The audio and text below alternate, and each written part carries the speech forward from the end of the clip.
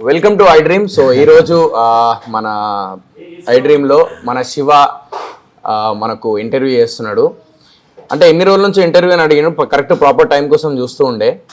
So నా restaurant కళింగపట్నంకి Shiva రావడం జరిగింది. సో శివ, మీరు ఇప్పుడు లైక్ ఈ రెస్టారెంట్కి రావడం వల్ల మీరు ఎలా ఫీల్ అవుతున్నారు? నేను చాలా హ్యాపీగా ఫీల్ అవుతున్నాను. ఫుడ్ ఫస్ట్ ఒక పని చేయి, పట్టుకో. నీకు ఇంత అందుకే తీసుకొచ్చినారా? పట్టు, అందులో ఉల్లిగడ్డలు కూడా ఉన్నాయి, తిను. ఒక్కొక్కరు ఒక్కొక్క బిజినెస్ ఈ మధ్య అందరూ పెట్టేస్తున్నారు. అవును, ఒకరు సెలూన్ పెట్టారు, ఒకరు టీ షాప్, టీ పెట్టారు. నువ్వు ఎందుకు ఈ ఫుడ్? నేను ఫస్ట్ నుంచే రెస్టారెంట్ బిజినెస్ అని ఫస్ట్ నుంచే చెప్పుకుంటూ వస్తున్నాను. నేను ఇది నాది కాదు, మా మమ్మీ కోరిక ఉండే. My mom used to ask అనమాట, అరే ఎప్పుడన్నా రెస్టారెంట్ బిజినెస్ అంటే. మా మమ్మీకి ఏంటంటే ఎప్పుడన్నా రెస్టారెంట్కి వెళ్ళినప్పుడు 2 weeks ఒకసారి తీసుకెళ్ళేవాడిని, మళ్ళీ వీక్లీ ఒకసారి తీసుకెళ్ళి చీట్ మీల్ అయిపోతాయి. ఎందుకంటే షుగర్ కదా. సో అప్పుడు ఆ టైంలో ఈ డయాలసిస్ టైంలో అదంతా కొంచెం ప్రాబ్లం అవుతుంది అట్లా. సో ఒంట్లో బాగాలేనప్పుడు ఎప్పుడన్నా రెస్టారెంట్కి వెళ్ళినప్పుడు he use to feel happy రెస్టారెంట్కి వెళ్ళినప్పుడు. ఓకే. సో నేను హ్యాపీనెస్ చూసేవాడిని అనమాట. సో ఇలా లైక్ అరే పెట్టాలి, ఏదైనా బిజినెస్ పెట్టు, అది ఇది అని చెప్పేసి అనేది. సో ఫైనల్లీ ఫుడ్ బిజినెస్ పెట్టేసిన. ఫస్ట్ నుంచే ఉంది నాకు ఇది. Cheers.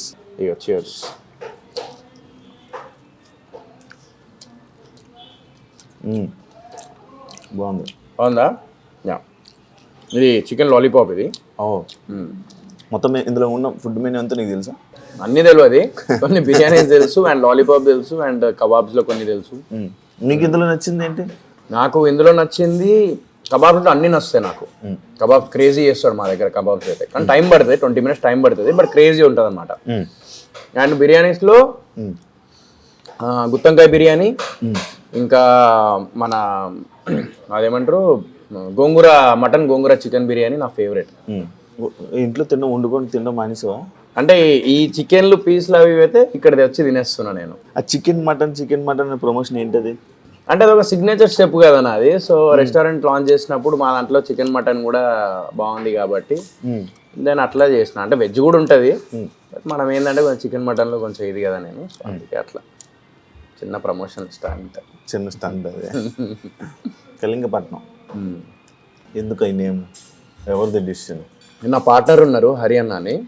సో హరి అన్న ఏంటంటే ఆయన వాళ్ళ ఊరు కళింగపట్నం.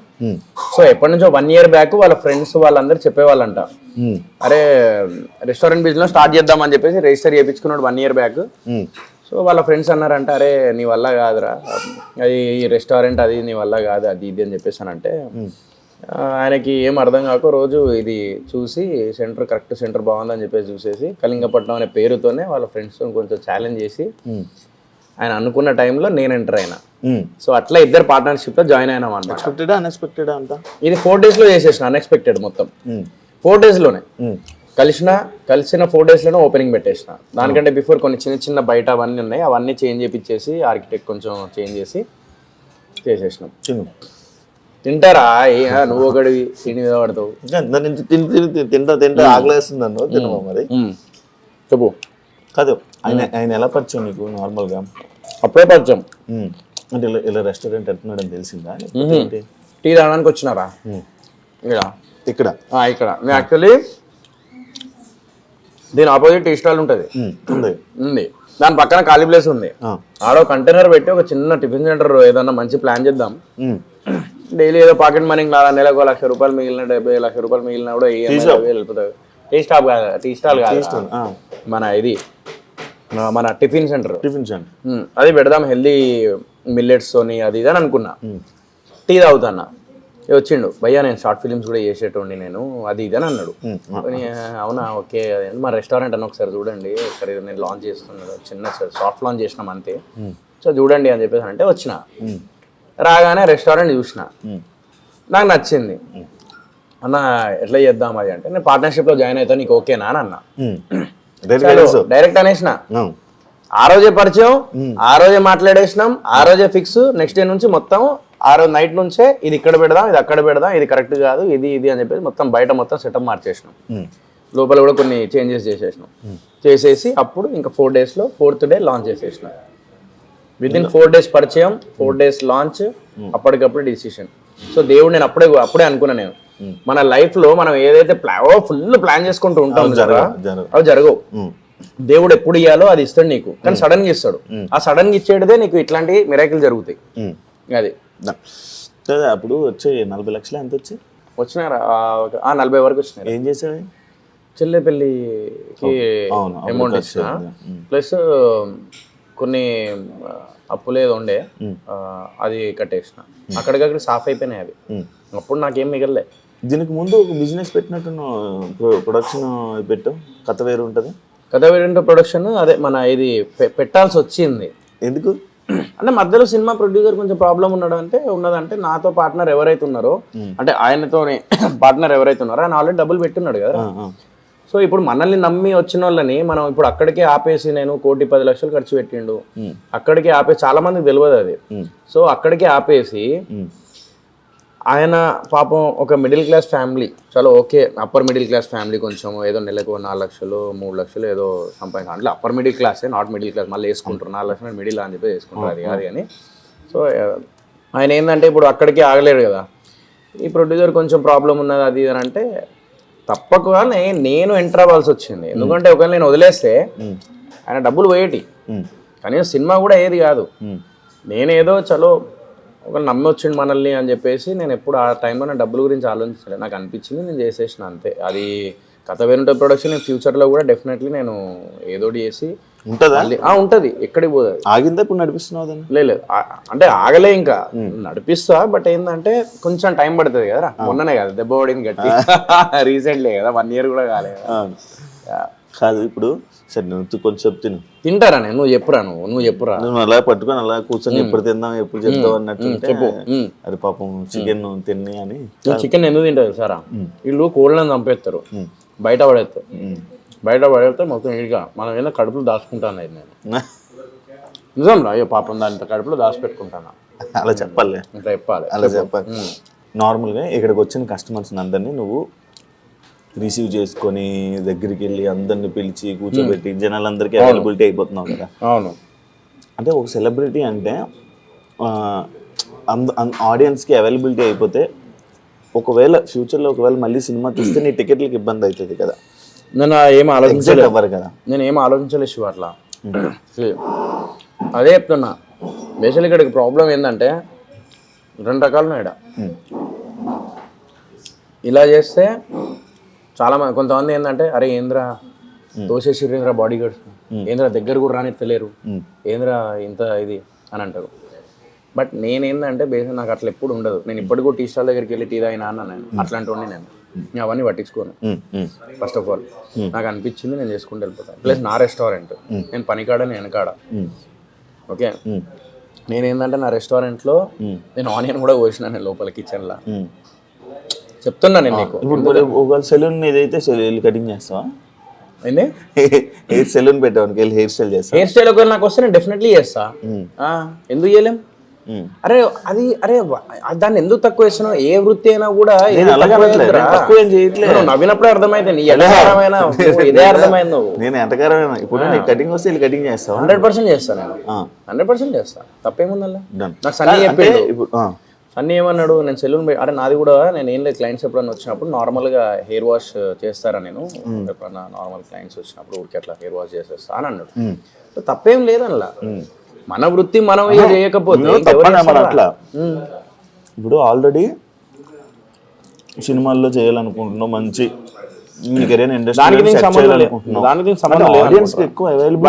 ఆడియన్స్ నా దగ్గర ఇప్పుడు అందరు వచ్చి కూర్చోరు కదా. ఇప్పుడు ఎంతమంది ఉంటారు మొత్తం తెలంగాణ ఆంధ్రలో కలిపి జనాలు ఎంతమంది ఉంటారు? చెప్పరా? ఎంతమంది అయినా రావచ్చు. ఎంతమంది ఉంటారు మొత్తం పాపులేషన్ ఎంత తెలంగాణ ఆంధ్ర కలిపి? 9 కోట్లు. 9 కోట్ల? 9 కోట్ల మంది నా రెస్టారెంట్కి వస్తుర్రా, నన్ను చూస్తుర్రా? చెప్పురా. అలా అంటావా? నేను అట్లా అనుకో. నేను ఏంటంటే వచ్చిన వాళ్ళని ఏంటంటే కరెక్ట్గా రిసీవ్ చేసుకొని ఫుడ్ ఎలా ఉంది ఏంటిదని ఫీడ్బ్యాక్ తీసుకోవాలరా. స్టార్టింగ్లో 100% 1-2 months పక్కా నేను చేయాలి. 2 months ఎవరైనా బిజినెస్ చేసేటప్పుడు ఎవరైతే బిజినెస్ ఓనర్ ఉంటాడో 100% 1-2 months పక్కా ఆ బిజినెస్ వెనకాల ఉండాలి. లేకపోతే నడవదు. నీ బిజినెస్ నీదే, నీ పైసా నీదే. నువ్వు ఎంతమంది తీసుకొచ్చినా నీ పైసా నీ పెయిన్ ఎవరు తెలియదు. ఏ పని అన్నా ఓకే, నువ్వు కష్టపడి డబ్బులు తీసుకొచ్చినప్పుడు నీ కష్టం నీకే తెలుస్తుంది, పక్కడి కంటే నీకే ఎక్కువ తెలుస్తుంది. సో నువ్వు 100% ఒక 2 months నువ్వు కేటాయించాలి. 1 month కానీ 2 months కానీ నువ్వు చేసిన బిజినెస్ కానీ లేకుంటే ఏ పని అయినా కూడా నువ్వు కేటాయించాలి నువ్వు. సో ఇవరా తంగడి కబాబ్. ఏంటది? తంగడి కబాబ్. కరెక్ట్ వరకు తంగడి కబాబ్. అయ్యో తంగడి తంగడి కబాబ్. ఇది లసానియా కబాబ్ అంటారు. Lasagna kebab. సరే నువ్వు తిను. ఇది లేదు, నేను ఆల్రెడీ నేను తిన్నా. ఇది ఇది పట్టు చేత్తో ఇస్తాను. ఏం కాదు, ఇవి ఏం కాదు. Malay kebab. మనం రాత్రి వెళ్ళి స్టఫ్ పచ్చడిలే కదా కలుతాగా. దీని గురించి చెప్పేది చెప్పాలనుకుంటున్నా. ఇది టైం పడుతుంది రా. కబాబ్స్ ఎప్పుడైనా కానీ రెస్టారెంట్లో టైం పడుతుంది, 20-25 minutes టైం పడుతుంది. ఎందుకంటే ఇది స్మోక్తోని నీకు మొత్తం ఇదవుతుంది, ఉడుకుతుంది ఇది. కానీ టేస్టీగా ఉంటుంది. టేస్ట్ చూడు.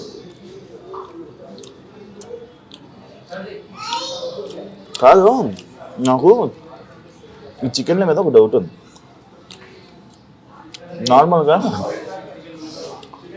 మిగిలిపోతాడు నైట్ ఇది చేసి వాటినే దాని గురించి మామూలుగా రెస్టారెంట్స్ మీద కంప్లైంట్స్ ఉన్నాయి. ఈ మధ్య రైడ్లు ఎక్కువ జరుగుతున్నాయి, చూసేవాలేదు.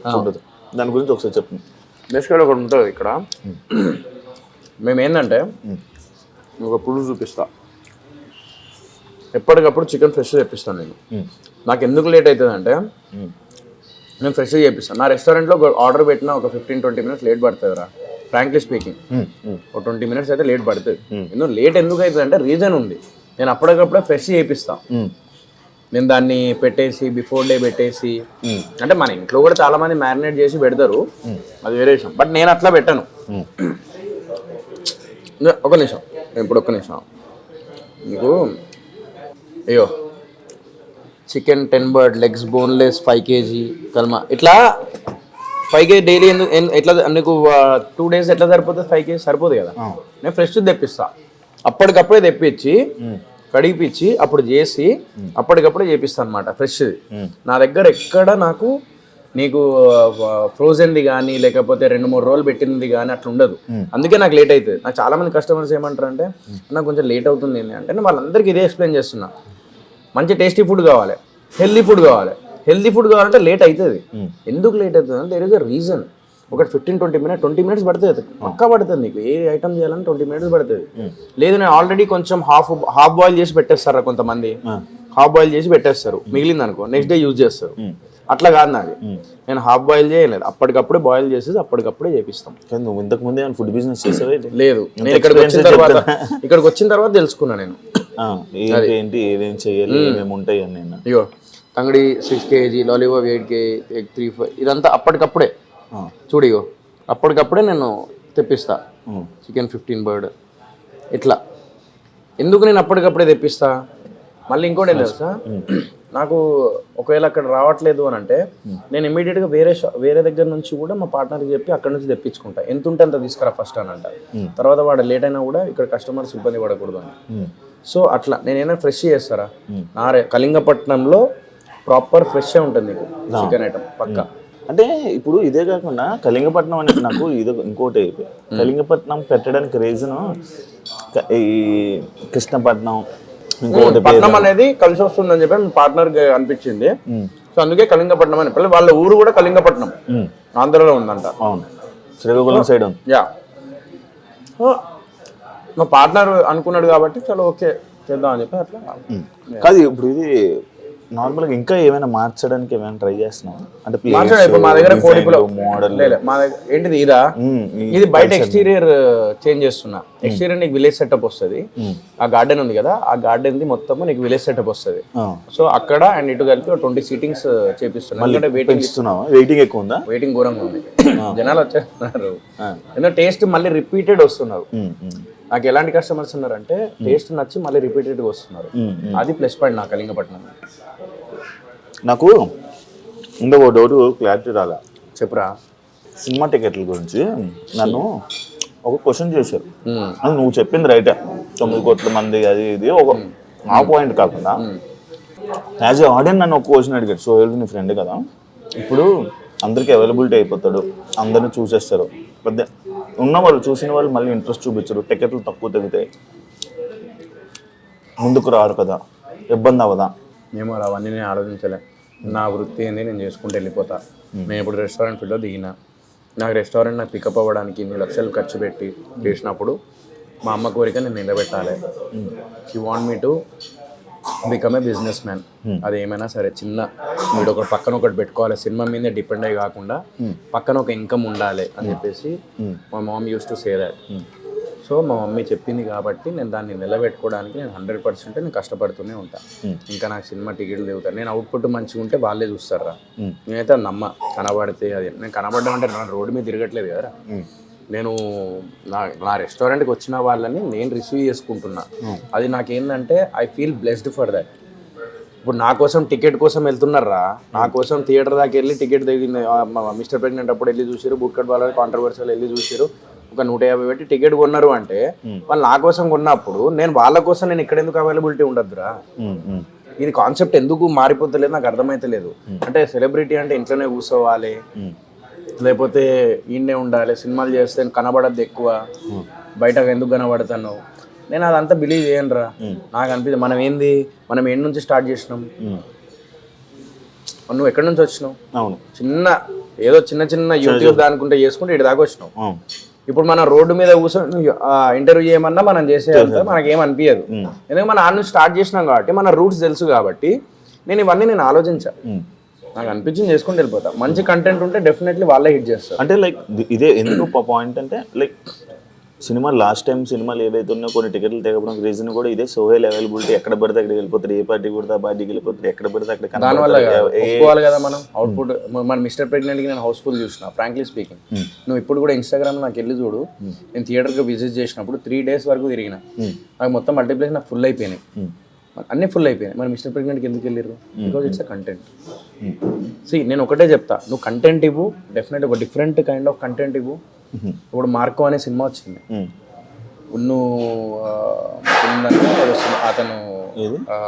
అతను హీరో పేరు మలయాళం హీరో, మార్కో హీరో. అతను ఎన్నో క్యారెక్టర్స్ చేసిండు. ఈవెన్ అనుష్క శెట్టి గారితో కూడా ఒక సినిమా చేశారు. ఓకే, సో నేను ఏమంటున్నా, ఆయనది ఈరోజు మార్కో అనే సినిమా వస్తే మొత్తం ఇండియా వైడ్ చూస్తున్నారు. ఎందుకు చూస్తున్నారు? అవుట్పుట్. బేబీ అనే సినిమా అదే వైష్ణవి చైతన్య యూట్యూబ్ కదా అది ఇది అని చెప్పేసి అనుకున్నారు.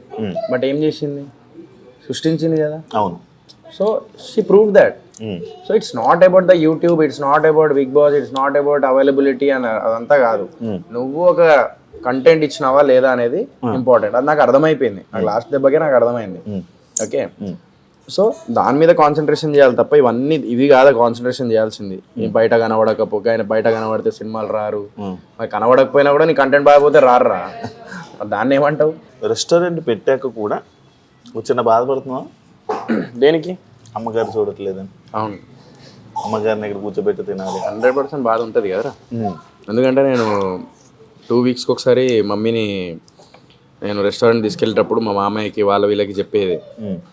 నేను తమ్ముడు అదే అనుకుంటాం. తమ్ముడు కూడా మా మమ్మీ లైక్ దేవుడి దగ్గరికి వెళ్ళిపోయిన తర్వాత అప్పుడు వాడు సెటిల్ అవ్వడం స్టార్ట్ చేసింది. అంటే అక్కడ అంటే వాడి గ్రోత్ మా మమ్మీ చూడలేకపోతుందని వాడు బాధపడుతున్నాడు.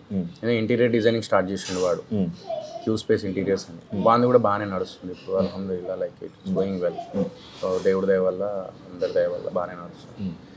సో అందరి బ్లెస్సింగ్స్ ఉన్నాయి, నేను అదే బిలీవ్ చేస్తాను. సో నేను అది తమ్ముడు చూడట్లేదని తమ్ముడు బాధపడుతున్నాడు. అంటే లైక్ మమ్మీ ఉంటే బాగుండు అని. నేనేందంటే రెస్టారెంట్ బిజినెస్ స్టార్ట్ చేసినప్పుడు అరే మమ్మీ ఉంటే బాగుండు, హ్యాపీ ఫీల్ అయ్యేది అని చెప్పేసి అదొకటి ఉంది. సో అది ఉంటుంది ఆబ్వియస్లీ. నేను ఇప్పటికి కూడా నిన్ననే ఐ స్వేర్ చెప్తున్నా, మా అమ్మ వింటుంది నాకు తెలిసి, నేను నిన్న కార్లో కూర్చొని, నేను ఒక్కడిని కార్లో కూర్చొని 11:30కి ఇది అయిపోయిన 12కి వెళ్తున్నాను ఇక్కడ నుంచి. ఇంటికి వెళ్ళేటప్పుడు కార్లో కూర్చొని మా మమ్మీ వెనక కూర్చునేది, నేను హాస్పిటల్ తీసుకెళ్ళాడు. నేను అమ్మీ అమ్మీ అని చెప్పేసి నేను ఊరికే మాట్లాడుతున్నా, నేను మమ్మీ ఉన్నట్టు మాట్లాడుతున్నా. అమ్మీ ఓ పిల్లో సర్కే పాస్ లగాలో, అమ్మీ రెస్టారెంట్ జాకే అన్ఎక్స్పెక్టెడ్ అట్లా నేను మాట్లాడుతున్నా. నేను ఓకే, నువ్వు మాట్లాడుతున్నా. మళ్ళీ ఇదేమంటారు, ఇంట్లో ఒక్కడనే ఉన్నా నిన్న సాయంత్రం ఒక్కడనే ఉన్నా, అక్కడ కూడా మాట్లాడుతున్నా. ఉన్నప్పుడు వాల్యూ తెలియదురా. తల్లిదండ్రులది ఉన్నప్పుడు ఏంటంటే మనం పొద్దున్న వెళ్ళి సాయంత్రం వరకు వస్తాము, మన పని మనం చూసుకుంటూ అందులో ఉంటాం. మా ఇంట్లో కూర్చొని అమ్మి అమ్మి అని చెప్పేసి అనుకుంటా అంటే ఆ బాధ ఘోరంగా ఉంటుంది. అమ్మ అమ్మ అమ్మ అని చెప్పేసి నువ్వు లాస్ట్ మూమెంట్లో నువ్వేం స్పెండ్ చేసినావు ఏంది అనేది అవన్నీ గుర్తొస్తాయి. అందుకే అంటే నేను ఎవ్వడు ప్రపంచంలో ఎవ్వడు ఏమనుకున్నా కూడా నేను అమ్మ తల్లిదండ్రుల్ని నువ్వు మంచిగా చూసుకొని వాళ్ళతోని ఉన్నదాంతో ఉన్న డబ్బులతోని ఉన్న లైఫ్తోని సంతోషంగా వాళ్ళతోని హ్యాపీగా ఉండు అంటాను. అదొక్కటే అనుకుంటా నేను. ఆ తల్లిదండ్రి ప్రేమను ఎవ్వరు అది నువ్వు ఎంత చేసినా కూడా అంత ప్రేమ నీకు ఎవ్వరికి సడన్గా జరిగిపోయింది. అది డయాలసిస్ నడుస్తుండే. నేను కానీ తమ్ముడు కానీ కిడ్నీ ఇద్దామని రెడీ అయిపోయాను. అది ఏందో బ్రీతింగ్ ప్రాబ్లం వచ్చింది, వెళ్ళినాము. అది ఫిట్స్ వచ్చేసినాయిరా. ఆ ఫిట్స్ ఎందుకు వచ్చినాయి తెలియదు. ఆ ఫిట్స్ రాగానే బ్రెయిన్కి కొట్టేసింది. 4 days బ్రెయిన్ డెడ్ అయిపోయింది. ఇంకా అయిపోయారు. కష్టం. నేను అదే చెప్తా ప్రతి ఒక్కరికి. నేను ఇప్పుడు ఇంటర్వ్యూ ద్వారా కూడా అదే చెప్తా. తల్లిదండ్రులు ఉన్నంత వరకు వాళ్ళని బాగా చూసుకోండి. అది ఒక్కటే చెప్పగలుగుతా. నేను మొన్న కూడా నాగార్జున సార్ మన బిగ్ బాస్కి వెళ్ళినప్పుడు కూడా అదే చెప్పినా, ఇప్పుడు కూడా అదే చెప్తున్నా. ఎక్కడికి వెళ్ళినా ఏ ఇంటర్వ్యూలైనా ఇది కంటిన్యూ చేస్తాను నేను. ఇది తల్లిదండ్రుల గురించి. అరే ఒక్కటరా, ఈగో వల్ల యాటిట్యూడ్ వల్ల గొడవల వల్ల పోరి విడిపోతుంది, పోరాలు విడిపోతారు, లవ్ బ్రేకప్లు అవుతాయి. ఇక నువ్వు ఇక ఎంత ప్రేమించినావో అంత దుష్మన్ అయిపోతాడు ఆడు. అంత దుష్మన్ అయిపోతుంది ఆ అమ్మాయి. ఆ అమ్మాయికి అబ్బాయి అంత దుష్మన్ అయిపోతాడు. అర్థమైందా? కానీ తల్లిదండ్రులకి నువ్వు ఎన్ని లంగ పనులు చేసినా, నువ్వు ఏం చేసినావు, తల్లిదండ్రుల ప్రేమ మాత్రం నీ మీద అస్సలు. కానీ ఈ మధ్య నీ మోటివేషన్ బాగా వేయలేదు. ఒకటే లాస్ట్ టైము నాకు ఒక ఇంటర్వ్యూలోని ఏదో చెప్పావు చూసావా? అంటే అనుభవం రా లైఫ్లో. నేను 17 years ఉన్నప్పుడు నేను ఒక్కడనే హైదరాబాద్ వచ్చి ఇక్కడ డిగ్రీలో 18 years అప్పుడు నేను ఒక్కడనే హైదరాబాద్ వచ్చి నేను ఇక్కడ సినిమా కొత్త బంగారు లోకం చేసిన ఒకటే రూమ్ లో 12 మంది ఉండి అలాంటి లైఫ్ నుంచి లీడ్ చేసిన నేను. అలాంటి దగ్గర నుంచి చాలా మందిని జనాల్ని చూసుకుంటూ వచ్చిన నేను. మా పరిచయాలు పెరిగినాయి, ఎంతమందిని చూసిన నేను. ఇవన్నీ ఎక్స్పీరియన్స్ నాకు. ఎవరికి ఎప్పుడు వాల్యూ ఇవ్వాలి, ఎట్లున్నా లేనిది అనేది అదంతా. ఈవెన్ నా లాస్ట్ సినిమా కూడా నాకు ఒక ఎక్స్పీరియన్సే. నాకు ఒక తప్పు తెలుసుకున్నా. కంటెంట్ ఈజ్ ఇంపార్టెంట్, నేను అది ఖచ్చితంగా ఇస్తాను. నేను అందరు అంటారు నీకు సినిమాలు సెట్ అవ్వవు, లేకపోతే ఏదవ్వవు అది అని. కానీ నేనేమంటానంటే నేను కష్టపడి మంచి కంటెంట్ తీసుకుంటే డెఫినెట్లీ ముందుకు వెళ్తా. వీళ్ళ మాటలు విని మనము డిమోటివేట్ అవ్వద్దు. నీ క్యాపబిలిటీ ఏందో నీకే తెలుస్తుంది. కాబట్టి ఇప్పుడు నువ్వు కూడా చేసేటప్పుడు అరే ఎందుకురా జాబ్ చేసుకో అనే ఉంటారు నిన్ను కూడా. అందుకే జాబ్లో జాయిన్ అయిపోయింది. అది ఏ జాబ్ లో? నా ఛానల్ పక్కన పెట్టి వేరే ఛానల్లో జాయిన్ అయ్యింది. అవునరా, ఏదైతే నువ్వు నీ వృత్తి ఆపుకోలే. వృత్తి అనేది నేను వృత్తి ఆపుకోలే కదా. అర్థమైందిలే. అదేలే, నువ్వు జాబ్ లో జాయిన్ అయినావు, గోల్డ్ రింగ్లు కొన్నావు, డైమండ్ రింగ్లు కొన్నావు, 2 సంపాదిస్తున్నావు. ఐ డ్రీమ్ లో బాగా శాలరీ 3.5-4 లక్షలు ఇస్తున్నారు జీతం అని చెప్పి నెలకు 4 లక్షలు 3 లక్షలు సంపాదిస్తున్నావు అంటే నువ్వు గ్రేటర్ రా. నిజంగా నువ్వు హ్యాట్స్ ఆఫ్ టు యూ. నిజంగా సో హ్యాపీ ఫర్ యూ. అలాగే 1 లక్ష నెలకి ఫండ్స్ ఇవ్వాలా? నెలకు ఒక మీ యూట్యూబ్ సబ్స్క్రైబర్స్ కి ఇవ్వు. ఇన్ని రోజులు నీ మీద నమ్మకం పెట్టుగా సబ్స్క్రైబ్ చేసుకున్నారు, వాళ్ళకి ఇచ్చేసి ఏదన్నా అయిపోయిందా?